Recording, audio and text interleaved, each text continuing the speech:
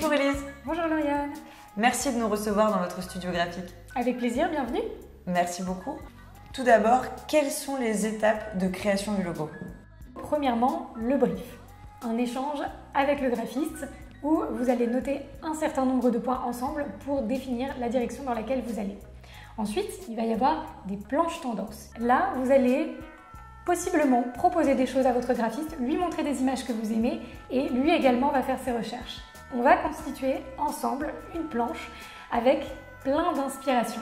Et troisième point, les propositions de logos.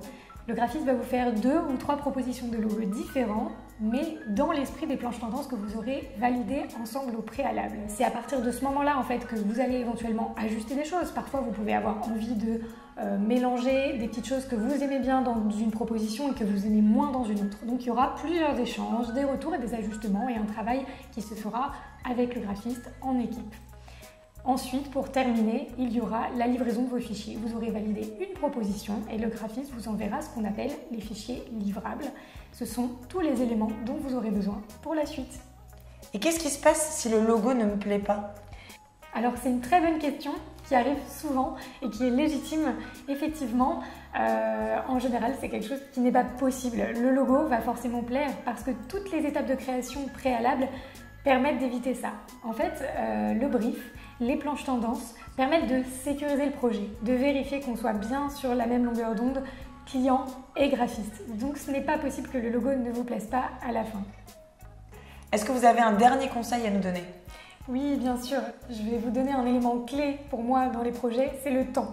Le temps que ce soit pour vous ou que ce soit pour votre graphiste. C'est-à-dire que le graphiste, quand il travaille, il ne va pas tout de suite vous envoyer ses propositions. Il va laisser reposer les pistes créatives qu'il a pour y revenir plus tard, pour trouver d'autres idées, pour apporter des modifications, pour supprimer peut-être une piste qui finalement ne lui semblera pas pertinente. Ce qui fait que quand il vous enverra ses propositions, il aura mûrement réfléchi à ce qu'il vous propose. Et de la même manière, le temps est très important pour vous. C'est-à-dire que quand vous recevez les propositions, vous n'êtes pas obligé de lui répondre tout de suite et de tout de suite dire ce que vous préférez. Prenez le temps d'y réfléchir, de le montrer à des amis, à votre famille, d'en parler autour de vous. Voilà, le temps c'est vraiment important pour ça. Il faut avoir du recul pour vraiment faire les bons choix de logo pour notre entreprise.